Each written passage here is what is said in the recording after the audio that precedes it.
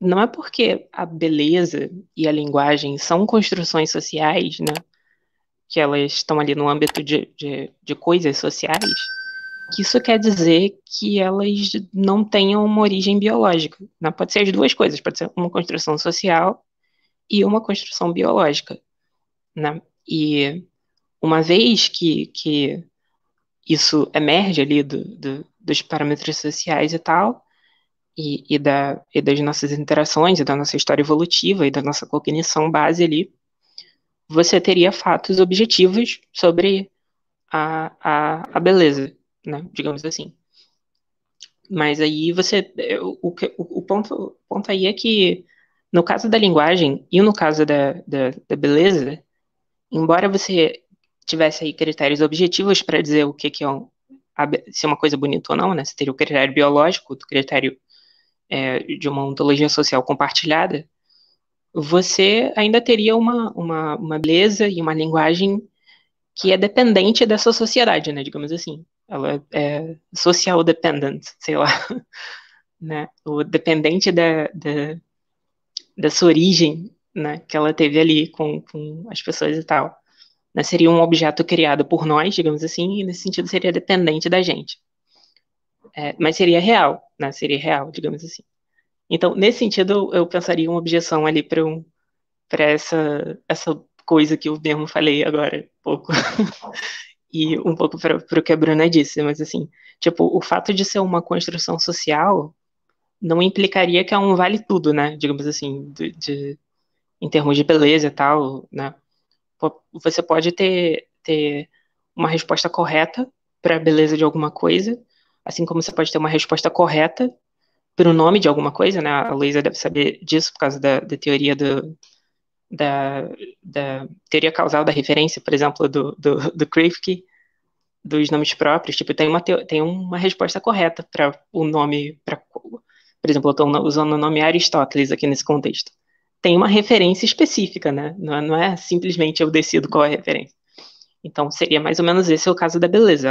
Eu teria uma resposta correta para isso, uma resposta objetiva, que depende dessa história evolutiva, dessa história biológica e dessa história social. E nesse sentido, você teria uma coisa real ali, mas que não seria real como, sei lá, um planeta, um átomo, né? Não sei. Enfim, o que você acha disso, Bruna? Então, aqui, assim, pelo que eu tenho pensado agora, assim, né, formulando aqui isso que vocês têm exposto, eu acho que assim, a estética é difícil a gente pensar num valor universal, assim, eterno para ela, assim, um valor único, porque é difícil a gente pensar numa estética única. Há essa disparidade, assim, né? Há uma inconstância, já que ela é resultado de uma diversidade cultural, então acho meio difícil a gente pensar num caráter mais absoluto, assim, de uma verdade, né? Assim, pensando talvez que talvez, quando Aristóteles fala, né, que o sonho da perfeição ali residia no coração do mundo imperfeito, né? Então que nesse motor do movimento para a perfeição que reside essa uma noção de um motor de um sonho, né, ou de um objetivo. Então, no caso, a moral seria a imperfeição daquilo, do que como é o costumes, né, amores, que ele coloca. Enfim, então, tipo, eu tô aqui pensando Aristóteles com o materialismo e associando tudo, mas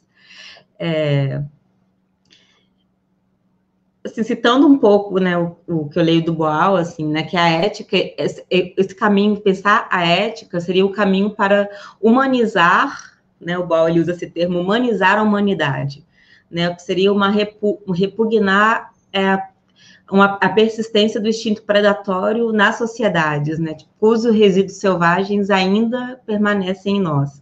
Então, buscar de achar uma humanização, humanizar a humanidade, tipo assim, diminuir, no caso, ou combater essas contradições, mas partindo de que toda cultura é uma dialética e que ela está sempre se movendo, né? Assim como o Boyle cita exemplo, né? O escravo desenvolve a cultura escrava que contém um desejo de liberdade. Agora eu estou lendo aqui o artigo que eu abri, que contém um desejo de liberdade, e isso é belo, né? A revelação da verdade escondida.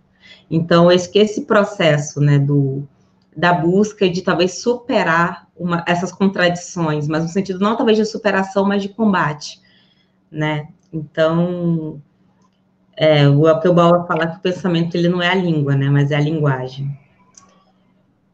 Mas, enfim. Desculpa interromper, mas eu estou um pouco intercalada entre duas posições, porque, primeiro, você falou que a beleza ela não dura para sempre, digamos assim, não é eterna. Tá, mas eu continuo achando uma catedral gótica absurdamente bonita, ou rococó, sabe? Ou, sei lá, até mesmo uma pintura rupestre. Então, me parece que sim, existe uma possibilidade de uma beleza ser mais consistente e sólida ao longo de culturas distantes, tempos, épocas diferentes também. Porque eu continuo, sei lá, eu acho bonito pinturas japonesas, eu acho bonita a arquitetura islâmica, entende? E eu não fui criada naquele ambiente. Pode não ter um significado, eu posso não ter construído uma relação afetiva com aquela cultura, entretanto, eu ainda consigo ver beleza naquilo, porque, voltando àquilo que eu falei no início, ainda assim obedece a alguns critérios objetivos de Gestalt, de originalidade, de excelência, do contato com o sublime, aquilo que realmente é diferente, aquilo que é o incomum. É quase como se fosse uma experiência com o sagrado, porque o sagrado ele é uma forma de desbanalizar o comum, o cotidiano, aquilo que a gente tem contato todos os dias, entende? Então, essa experiência do belo, me parece que ela é constante ao longo do tempo, em culturas distantes, por nós termos algumas preferências advindas, oriundas desse critério, desse parâmetro que o Elan mesmo citou, que é por uma questão biológica. Nós temos uma preferência a determinados padrões, nós queremos compreender determinada obra. E aí entra a questão que eu estava me perguntando a respeito de compreensão, porque recentemente eu passei por uma experiência de compreensão de determinado estilo de música que até então eu não gostava. Eu podia dizer, não, tecnicamente isso me parece ser bom, mas eu não gosto. Eu não sinto prazer nisso. Por quê? Porque eu não entendia. E muitas vezes porque eu não estava nem receptiva a entender aquilo. Eu simplesmente dizia, eu não gosto disso e foda-se. Então, eu acredito que essa experiência estética de prazer também depende da tua disposição a ouvir aquilo, ou aprender sobre aquela nova arte, naquela nova expressão, aquela linguagem nova que até então era muito confusa. Então, eu acredito que essa experiência estética, tanto quanto essa experiência do belo, ela depende da tua compreensão. É importante você entender aquilo. E esse entendimento, muitas vezes, ele acontece oriundo dessa facilidade de compreender e entender padrões, de entender similaridade, agrupamento, uniformidade, contexto. Por isso que eu tô sendo meio chata, assim, a beleza objetiva, eu tô sendo meio formalista, mas é basicamente esse meu ponto. Poxa, eu acho os seus argumentos muito interessantes, Glenda, porque eu acho que eles são muito apropriados para diversos tipos de arte, sabe? Não só... Porque eu acho que muitas pessoas, quando discutem... Acho que é por causa da sua formação, né? Justamente, né? Porque muitas pessoas, quando falam de belo, né? Quer dizer, ou vai logo na natureza, tipo, flor, ou sol, ou então, tipo, pintura, escultura, e, tipo, acabou. Parece que todas as outras coisas que nos cercam, o cinema, o formato do celular, o formato da cadeira, parece que todas essas outras coisas, né, tipo, não pertencem, não podem ser belas e tal, mas é verdade, elas são todas regidas por essas regras que você está falando, né, essa coisa do agrupamento.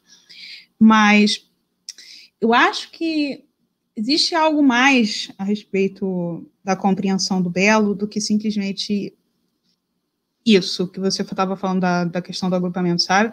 E não é só e não é só e não é necessariamente só a questão social que você carrega com você quando você vê uma obra, como você mencionou, quando você aprendeu sobre Buda, e agora você, quando é uma estátua, a estátua tem um novo significado para você. Antes ela era só uma estatuazinha de um cara gordinho. Agora é tipo, uau, esse cara era um gênio, esse cara, tipo, tinha uma iluminação, ele achou o caminho do meio, como, tipo, mestre, tipo, mostrou o caminho, agora, tipo, vamos todos seguir. Então, tipo assim, agora ele tem significados extras dentro, né, aquele símbolo, para você. Mas eu acho que tem outra coisa, tipo assim, e aí você mesmo mencionou a questão das técnicas, por exemplo. Então, assim, se você for para a Ásia e você for visitar aqueles Budas gigantes lá que eles têm na floresta, aquelas pedras que o pessoal fez, tipo, aquilo vai ter um outro significado ainda, por causa do momento histórico naquilo aquilo foi feito, por causa dos artesãos que fizeram aquilo, por causa de toda a história que cercou a vida daquela estátua. Então, por exemplo, a Mona Lisa. Tem muita gente que... A Mona Lisa, ela é importante por causa do modo como ela alterou as questões de perspectiva e o modo como se fazia retrato. E ela é importante também porque o Leonardo vivia na Itália e ele, quando estava na França, conseguiram comprar o quadro que ele passou 20 anos pintando. Os italianos até hoje querem o quadro de volta, não conseguem, sabe? O quadro foi roubado, o quadro foi recuperado, o quadro já foi atacado com ácido, com pedra, gente maluca tentou furar o quadro. Tipo assim, existem níveis de significado que vão alterando a experiência que as pessoas vão ter da coisa. E tem muita gente, como o pessoal no bate-papo comentou, né? Eu falei que a Torre Eiffel é um exemplo de algo que eu considero belo, né? E tem muita gente que falou assim, não, mas muita gente acha que é feio. E na época que foi feito, o pessoal considerou horrível. Mas, bem, o modo como o ferro, né, o aço foi moldado, ele segue todas essas regras aí de Gestalt. Então, tipo assim, ninguém gostou. Então, hoje em dia a gente gosta, na época ninguém gostou. E então eu acho que não se sustenta, não é que não se sustenta, se sustenta, mas tem algo a mais. E é claro que você tem, eu acho também que a questão do belo, Elan, não é só... É tipo assim, o belo não é tipo um conceito que você constrói como o conceito de fascismo, que é um conceito histórico que você constrói a partir de experiências históricas e culturais, tipo, que é localizado. O conceito de belo, geralmente, ele é um conceito que equivale ao conceito de bom, de bem, de justiça. São conceitos que, tipo, na literatura, eles transcendem.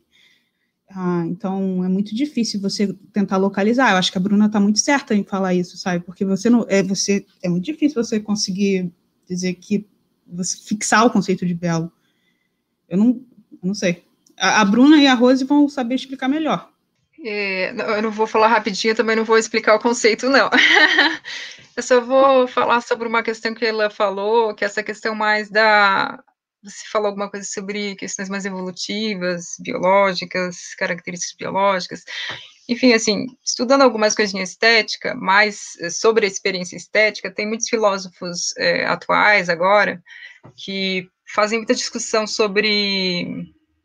Ou usam como parte do argumento, né, para defender o que eles defendem, que questões estéticas, e alguns especificamente sobre o belo, que desempenhou um papel importante na evolução, né?